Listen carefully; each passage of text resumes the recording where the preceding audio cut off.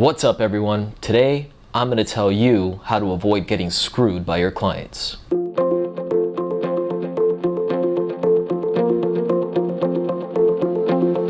going to talk to you about something that usually doesn't get discussed among our circles. There are plenty of videos on YouTube talking about gear reviews, color grading tutorials, a lot of technical stuff. What doesn't get discussed as often is issues pertaining to how to make a living doing what we do, and specifically how to not get screwed.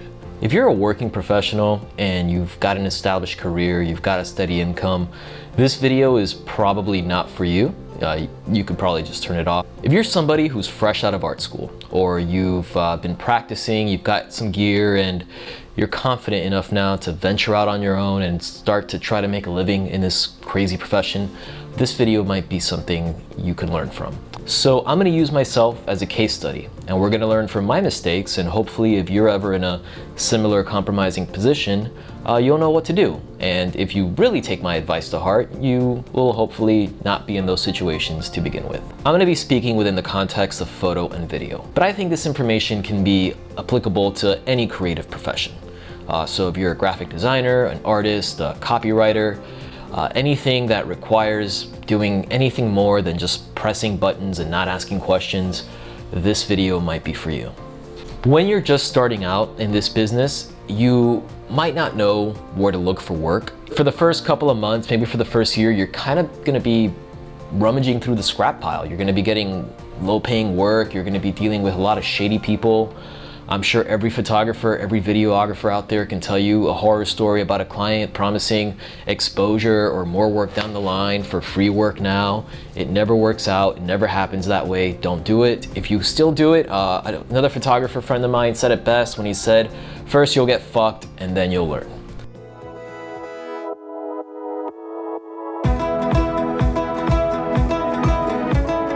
You might also end up taking some sort of subcontractor position. And if this is the case that you find yourself in, this is a warning sign for you.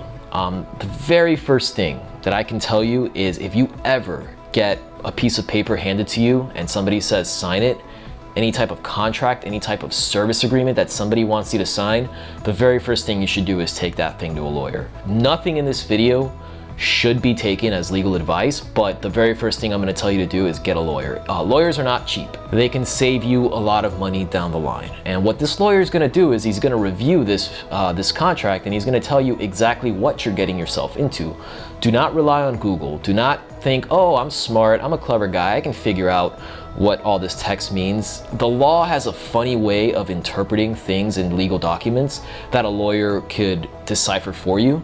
In my case, I ended up signing this agreement with these really shady, really douchey guys, complete charlatans, slimy in every sense of the word. And of course, at the time I should have known better, but I needed the money, I was kind of desperate, and well, here we are.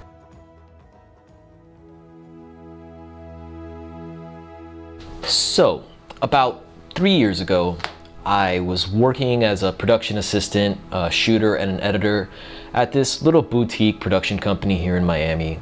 We had one major client, and I got fed up with it, I got bored with it, and I quit. And I was looking for something to do. I wanted to venture out on my own, and I was approached by these guys who wanted to start a real estate marketing company that featured real estate videos as a means for real estate agents to highlight and sell their properties. It sounded great because it was actually a market that I myself was trying to get into, but because at the time I really didn't know anything with regards to networking, with sales, with marketing myself, I was kind of having a hard time cracking that shell. So it started out pretty cool. We made an arrangement. They would be the business guys, and I would do the artwork. I used my own gear, I used my own skills. These guys were not any type of photographers or videographers. They didn't know how to use cameras. They were strictly there just to get clients. And we came with an arrangement, which to this day, when I look back on it, was pretty stupid of me to agree to. Without getting too much into it, this agreement limited what I could earn working for these guys and made a lot of promises that they never kept, in addition to a non-compete clause that they wanted me to sign that kind of prohibited me from doing any type of real estate videos within the greater South Florida area. All of which I signed, all of which I was stupid to sign. And after 2 years, 3 years of working with these guys and having my ups and downs, helping build their company, they're actually a pretty well-known real estate marketing firm right now. The straw that broke the camel's back for me was when they started bringing these other guys in to shoot and asking me to train them and show them how to do it. And I kind of saw the writing on the wall right then and there that what they intended to do was hire them at really cheap salaries so that they could get rid of me. Essentially, they wanted me to train my own replacement. So at that point, I just told them to go fuck themselves and I quit. So long story short, a couple of months later, I started my own company. And it wasn't long after that I got a letter in the mail from their attorney telling me to cease and desist, that I violated X and Y and Z terms. But my attorney, who was worth every dollar I paid him, managed to make it go away. We ended up in a stalemate, nobody got sued, everybody kind of just walked away. But now we're gonna get into the mistakes that I made and how you can avoid them. And we're gonna kind of get into some legal definitions, get into some legal terms. And like I said before, I'm not a lawyer, and all of this stuff kind of varies state by state. So if you're not in Florida, this might be very different for you. That's why I say, once again, always check with your lawyer, always consult with an attorney.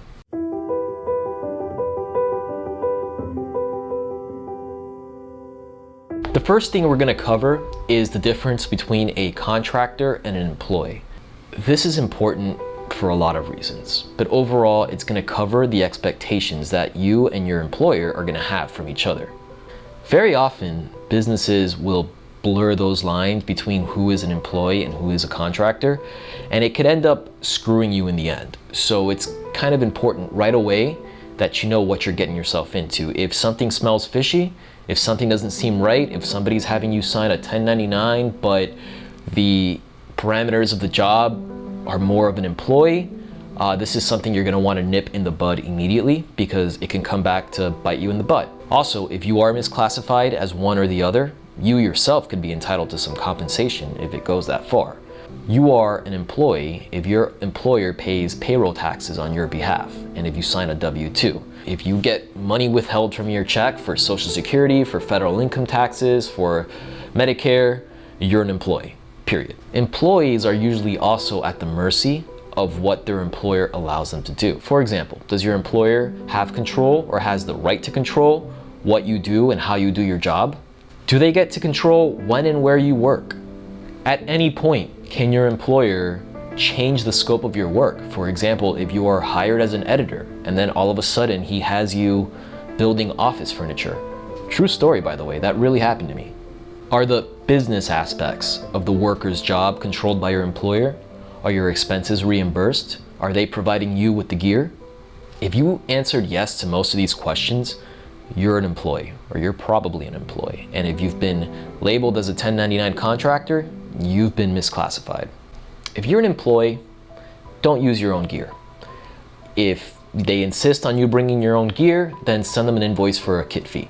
And the reason for that is because as an independent contractor, you have the advantage of writing off any expenses at the end of the year from your taxes, and those expenses can include a variety of things, but one of those things is depreciation of assets. So your gear, your cameras, your lenses, your batteries, your cards, your computer, all of that stuff depreciates in value, and you can write that off in your taxes.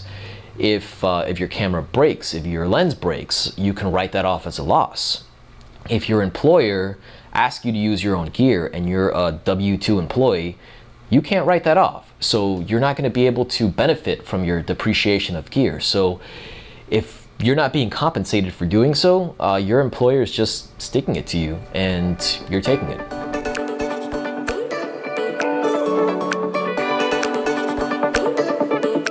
My next point of emphasis is really important, and it's something that's gonna save your ass should you ever have to consult an attorney or be in any kind of legal battle with any type of business partners or employers, and that is to take serious, copious notes. I can't stress this enough.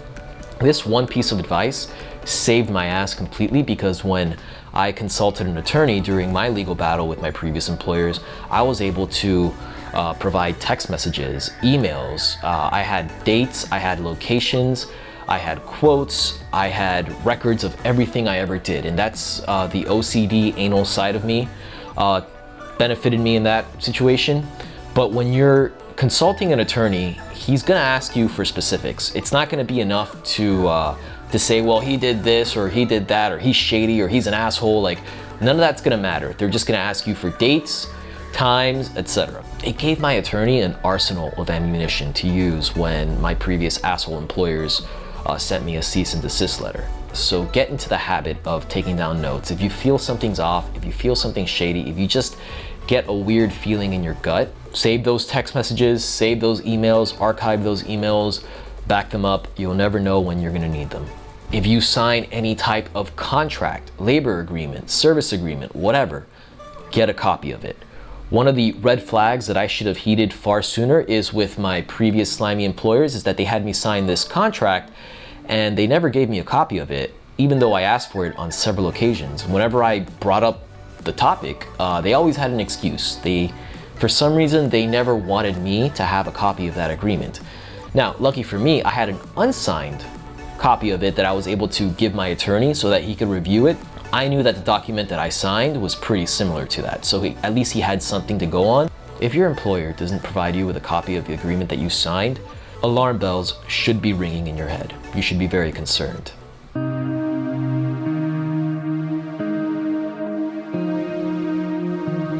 NDAs and non-competes.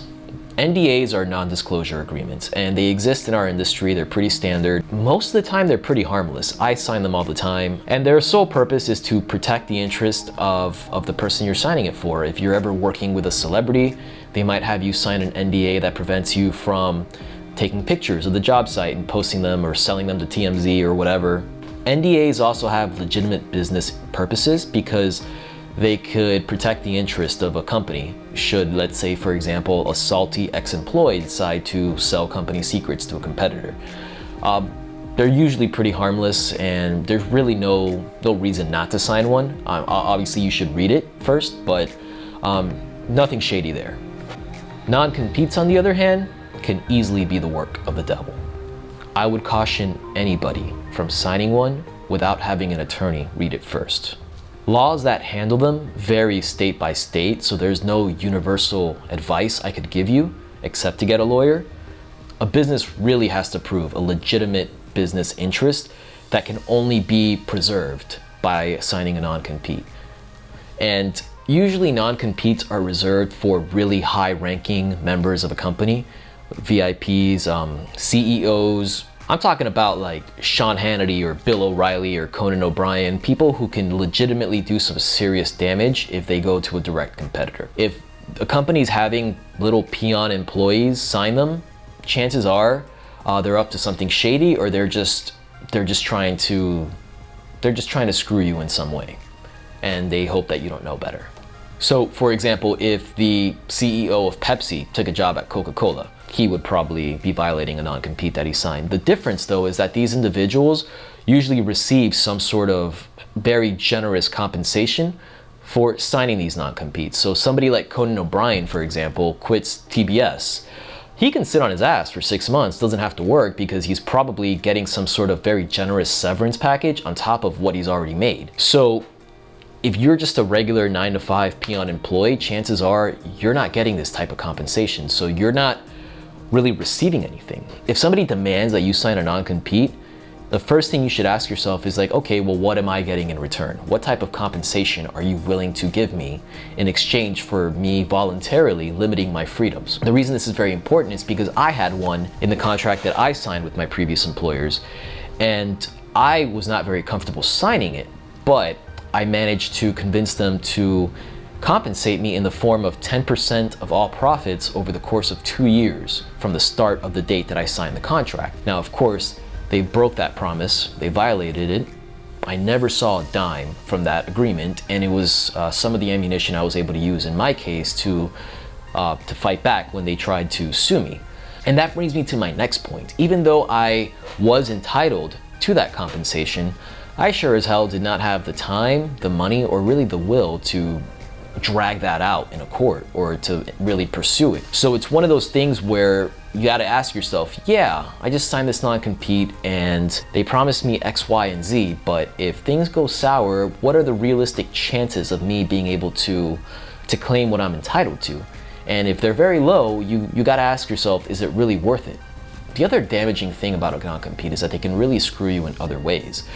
Usually, our field is a very specialized field. So for example, among photographers, you have a variety of photographers who specialize in different genres. Same thing with video. So if you spent the last 2 years of your life doing one specific thing, such as real estate photography or real estate videos, you might have a hard time doing anything else because you've developed a certain skill set that applies to that job.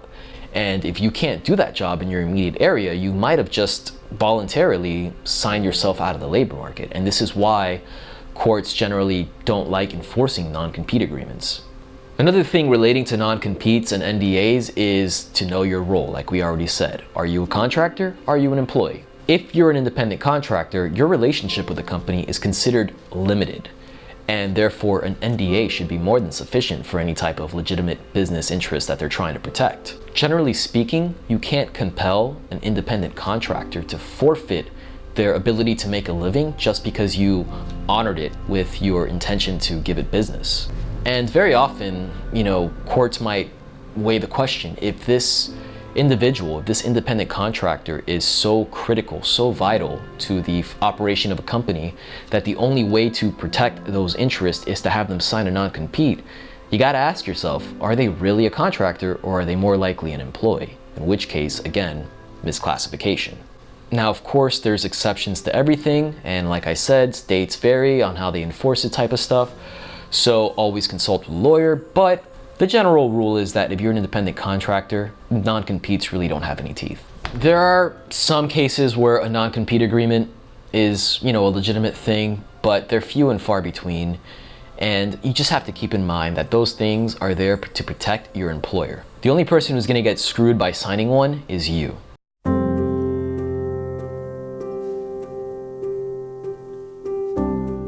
Who owns the content that you create for a paycheck? If you're an employee, the answer is simple. Your employer does.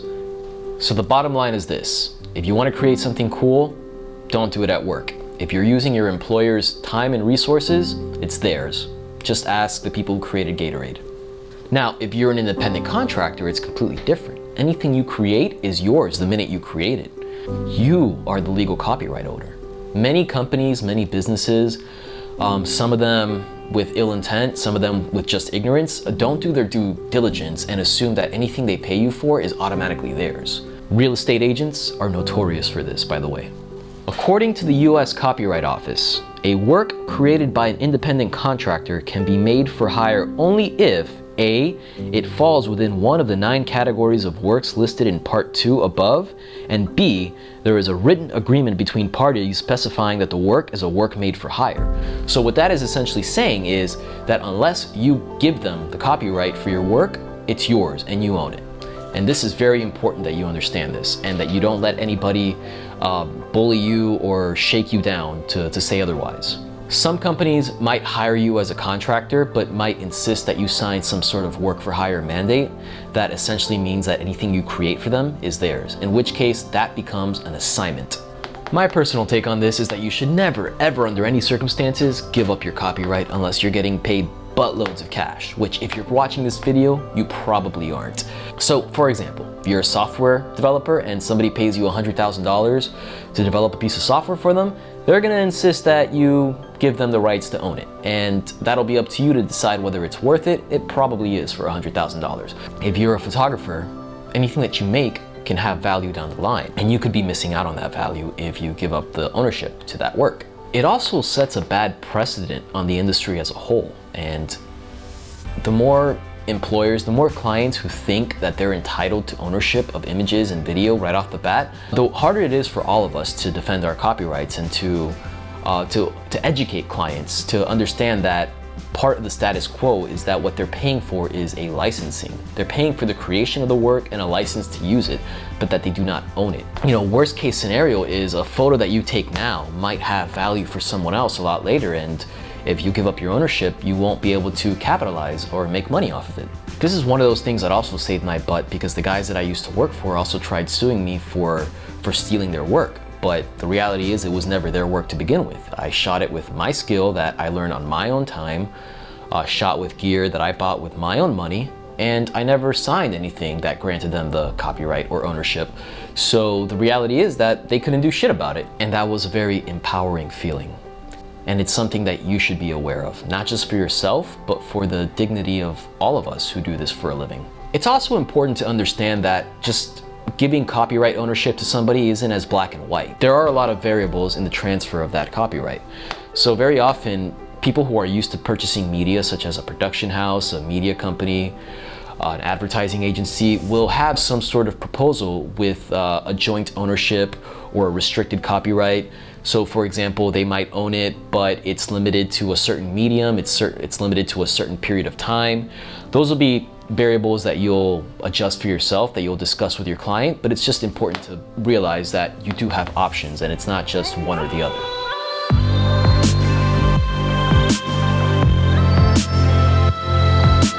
Payments and terms. I'll try to keep this one brief. Make sure that you have in writing an agreement that dictates when and how you're gonna get paid. If you're an employee, you don't have to worry about this. You'll usually get a paycheck every 2 weeks. If you're an independent contractor, however, it might not be so clear. So in my case, one of the issues that I took with my previous employers is that they often took months to pay me for work. And their bullshit excuse was that they were waiting for the client to pay them, which is bullshit because the contractors always get paid first. If you're the person doing the hiring, it's on you to make sure that your contractors get paid first and you always get paid last. So if I was doing a production and I hired an assistant for the day, that person's getting paid at the end of the day, not when I get paid. Very often they would give me a check for $5,000, $6,000, $7,000, $8,000 and magnanimously brag about how good they are to me. Look at that, you made $8,000. And I'd be like, wait a minute, dude, like a lot of this is back pay from January. We're now in May. So no, I didn't make $8,000. This is just money that you've owed me for months. And it's very important that you not put yourself in that position, because then it can create some very uncomfortable, very frustrating experiences for yourself. So in my case, I often had to put my bills on credit cards because I hadn't been paid yet, but I still had to pay my bills. And then when I finally got paid and I got a large chunk of money, it usually went back to just paying my credit card bills because they were starting to pile up. Many larger companies do have certain payment terms like net 30, net 60, which again, I personally believe is bullshit. If you're getting your content now, there's no reason why I have to wait 60 days or why I should have to wait 60 days to get payment. In any other type of commerce, payment is usually rendered on the spot for the services or products received. So if you go to Best Buy, they're not gonna let you walk out of there without paying for your TV. You gotta pay your barber for your haircut like on the spot. And if you order something at a restaurant, they won't let you leave without paying. But for whatever reason, people think that creatives don't have bills. And I'll just never understand that, but unfortunately, it's the ugly reality of our industry. Many larger companies are usually, they're good for it. Like, it sucks that you have to wait 30 days, 60 days to get your money, but they'll usually pay you. They're not in the business of trying to rip you off. However, many smaller companies or individuals should trigger some red flags if they're insisting on any type of larger payment terms like that.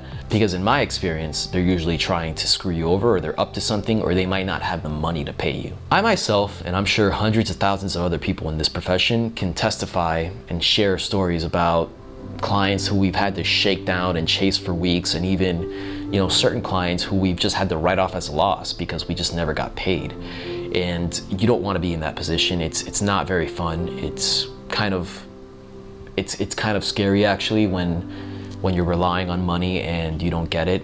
So to avoid that, always make sure that you have in writing your terms of payment. Whenever you can, if possible, get a deposit, so at least like you're covered for some of it.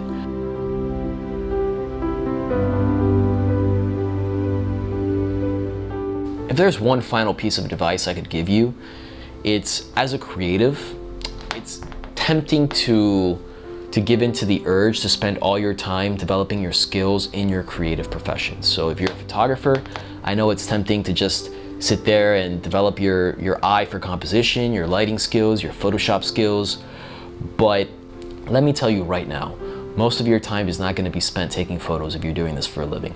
Most of your time is going to be spent looking for work. So the skills that you should be spending just as much time developing are networking and self-marketing.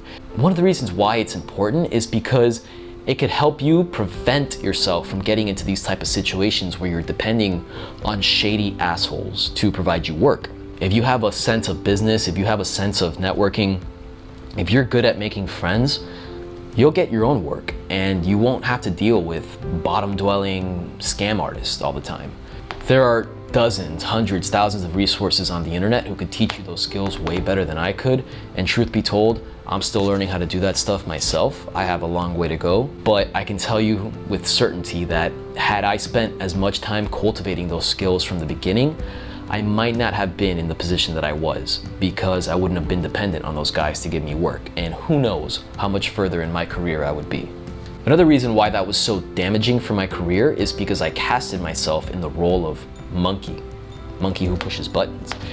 And so when I finally ventured out on my own, nobody knew who I was. I had, clients who I had worked for 3 years had no idea who I was because they didn't associate me with my previous employer's brand. So do not relegate yourself to building somebody else's brand and getting screwed. Focus on making your own. That's everything I have for you today. I know it was long. Forgive me for my scattered thoughts. It was a lot to cover, and I hope I didn't miss anything. If you have any questions, comments, if you want to continue the conversation, please leave a comment below. And if you liked what you heard, please subscribe. I would greatly appreciate it. Until next time, good luck.